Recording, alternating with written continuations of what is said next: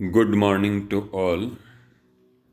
आज financial accounting में अपन चर्चा कर रहे हैं system of accounting. System of accounting अर्थात लेखांकन की प्रणालियाँ। लेखांकन की कई सारी प्रणालियाँ प्रचलित हैं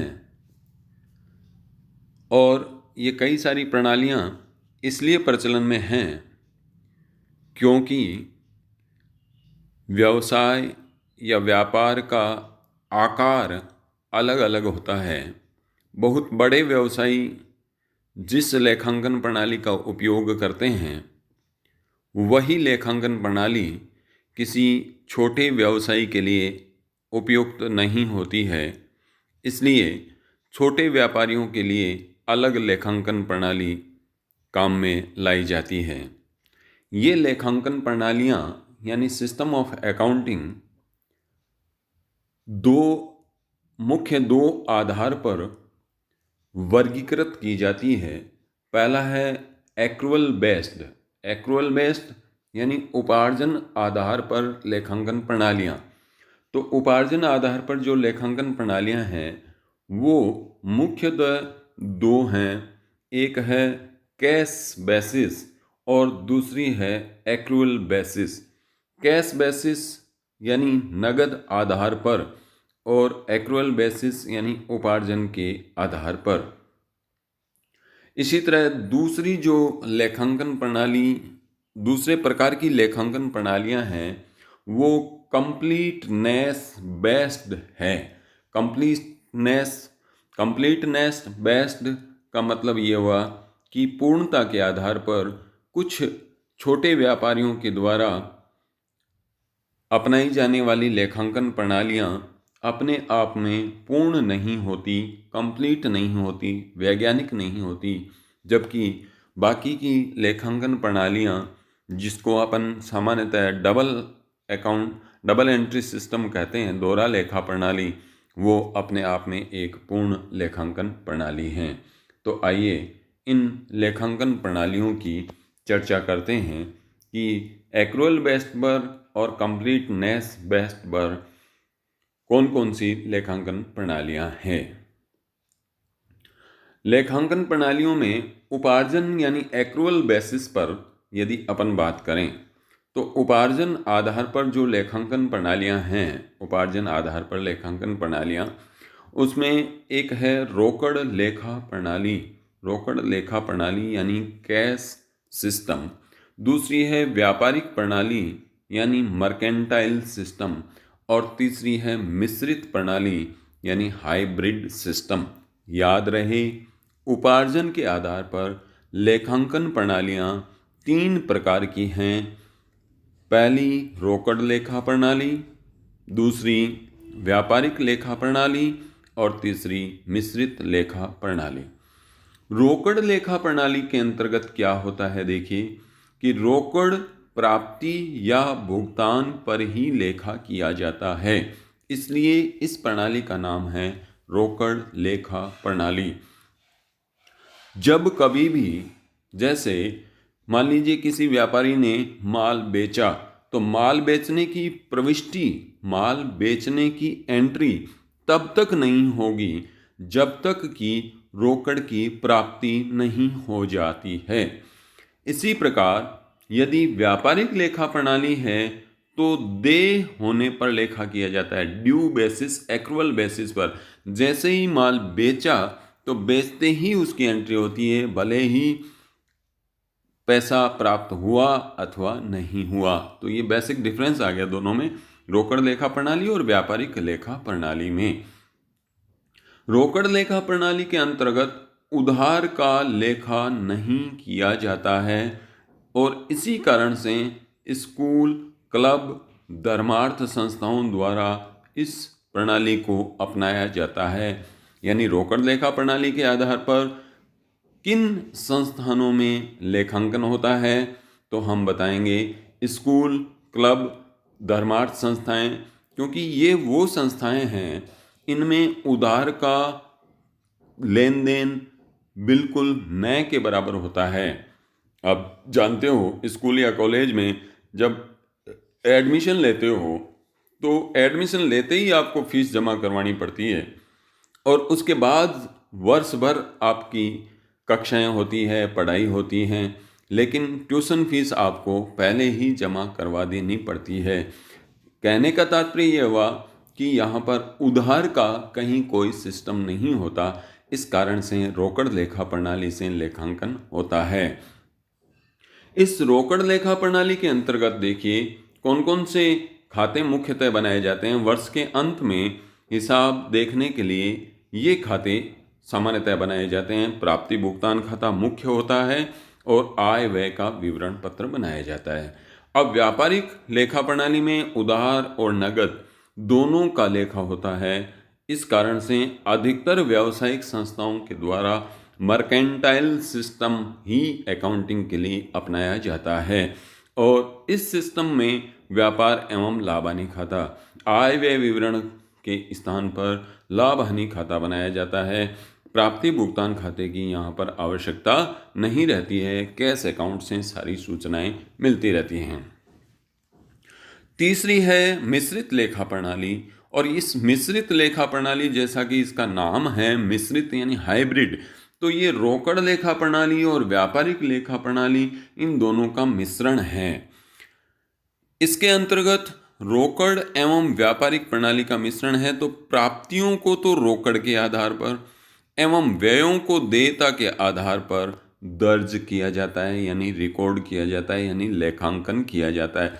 जितनी भी रिसिप्ट है, रिसिप्ट की एंट्री तब तक नहीं होती जब तक कैश रिसिप्ट नहीं हो जाता है। जबकि जितने भी खर्चे हैं वो खर्चे जैसे ही ड्यू हो गए, ड्यू होते ही इसकी एंट्री कर दी जाती है। अब जो वित्तीय संस्थाएं हैं, वित्त प्रदान करने वाली लोक वित्त निगम जितने भी हैं उनके द्वारा, और जो पेशेवर व्यक्ति हैं जैसे डॉक्टर हैं, वकील हैं, चार्टर्ड अकाउंटेंट हैं, तो ये पेशेवर व्यक्ति इस मिश्रित लेखा प्रणाली को अपनाते हैं। तो ये हुई उपार्जन के आधार पर। एक बार फिर चेक कर लेते हैं। उपार्जन के आधार पर रोकड़ लेखा प्रणाली, व्यापारिक लेखा प्रणाली और मिश्रित लेखा प्रणाली। उसके बाद बारी आती है पूर्णता के आधार पर, यानी on the basis of completeness. पूर्णता के आधार पर दो प्रकार की लेखांकन प्रणालियां प्रचलित हैं। एक है इकहरा लेखा प्रणाली यानी सिंगल एंट्री सिस्टम, और दूसरी है दोहरा लेखा प्रणाली यानी double entry system. Single entry system में कोई भी जो ट्रांजैक्शन होता है, कोई भी जो लेन देन होता है, उस लेन देन के केवल व्यक्तिगत पक्ष का ही लेखा किया जाता है। देखिए किसी भी व्यवहार या किसी भी लेन देन में दो पक्ष होते हैं, एक पक्ष, दो पक्ष होते हैं, और उन दोनों पक्षों में से जो व्यक्तिगत पक्ष है उसका लेखा किया जाता है। यानी पर्सनल अकाउंट जहां आ रहा है उसकी तो एंट्री की जाती है, लेकिन दूसरा जो पक्ष है उनमें अव्यक्तिगत पक्ष में केवल रोकड़ का लेखा किया जाता है। रोकड़ के अलावा कोई लेखा नहीं किया जाता। जैसे मान लीजिए कि मजदूरी का भुगतान किया, तो मजदूरी का भुगतान किया, देन वेजेज और कैश, तो कैश का तो लेखा किया जाएगा लेकिन वेजेज का लेखा नहीं किया जाएगा। इसी तरीके से मान लीजिए कि हरी से पैसा उधार लिया तो लोन अकाउंट की ज़रूरत नहीं पड़ेगी, केवल हरी का अकाउंट ही बनाया जाता है। तो इस तरीके से इकरार लेखा प्रणाली अपूर्ण है क्योंकि एक पक्ष का लेखा किया जाता है, और अपूर्ण और अवैज्ञानिक है, इसलिए इसका प्रयोग सामान्यतया नहीं किया जाता है। परंतु छोटे व्यवसायों में इकरार लेखा प्रणाली से ही काम चल सकता है। इकरार लेखा प्रणाली के अंतर्गत वित्तीय खाते, profit and loss account, trading account, balance sheet सामान्यतया नहीं बन सकते हैं। तलपट भी नहीं बनाया जा सकता, जिससे कि लेखों की शुद्धता की जांच भी नहीं होती है। दूसरी तरफ देखिए दोहरा लेखा प्रणाली, ये बहुत पुरानी और विश्वसनीय लेखांकन प्रणाली है। लेन देन के दोनों पक्षों का लेखा होता है। दोहरा लेखा प्रणाली पूर्ण है तथा वैज्ञानिक प्रणाली है। प्रॉफिट एंड लॉस अकाउंट बन सकता है, तलपट बन सकता है और बैलेंस शीट भी बनती हैं। एक बात जो अक्सर आप लोगों को याद रखनी होती है कि इस प्रणाली का, दोहरा लेखा प्रणाली का विकास कब हुआ, किसने इसकी खोज की। तो इस प्रणाली का आविर्भाव यानी विकास 1494 में, यानी सन 1494 में, अर्थात लगभग 700 साल पहले, वेनिस, इटली का एक शहर है, वेनिस में निवास करने वाले लुकास पेसियोली, और लुकास पेसियोली की पुस्तक आई थी, उस बुक का नाम था डी कंप्यूटिसेट स्क्रिप्चरिस।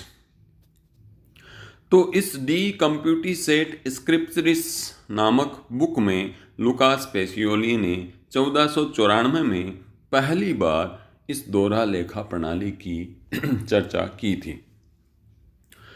तीसरा जो लेखांकन प्रणाली है मुख्यतया भारत में आती है, उसको कहते हैं महाजनी बही खाता प्रणाली, इंडियन सिस्टम या मारवाड़ी सिस्टम।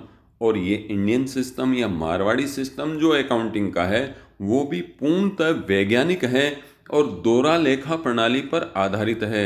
इस दोहरा लेखा प्रणाली और महाजनी बही खाता प्रणाली में अंतर केवल इतना है कि महाजनी बही खाता प्रणाली में लेखे अकाउंट्स जो बनाए जाते हैं वो हिंदी में बनाए जाते हैं, और जो पुरानी बहियाँ होती थी लाल, जिनका जिल्द होता था, उन बहियों में रखा जाता है। और दोहरा लेखा प्रणाली में लेखे अंग्रेजी में रखे जाते हैं और अंग्रेजी के साथ साथ इसमें रजिस्टर या छपे हुए बुक्स रखी जाती हैं।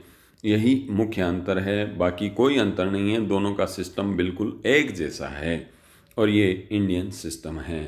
तो आज अपन ने जो बात की है वो मुख्यतः देखिए, हमने बात की है system of accounting, accrual base और कंप्लीटनेस बेस। एक्रूअल बेस पर रोकड़ प्रणाली, व्यापारिक प्रणाली और मिश्रित प्रणाली, कंप्लीटनेस पर इकरा लेखा प्रणाली और दोहरा लेखा प्रणाली, और दोहरा लेखा प्रणाली के साथ इंडियन सिस्टम महाजनी बही खाता प्रणाली।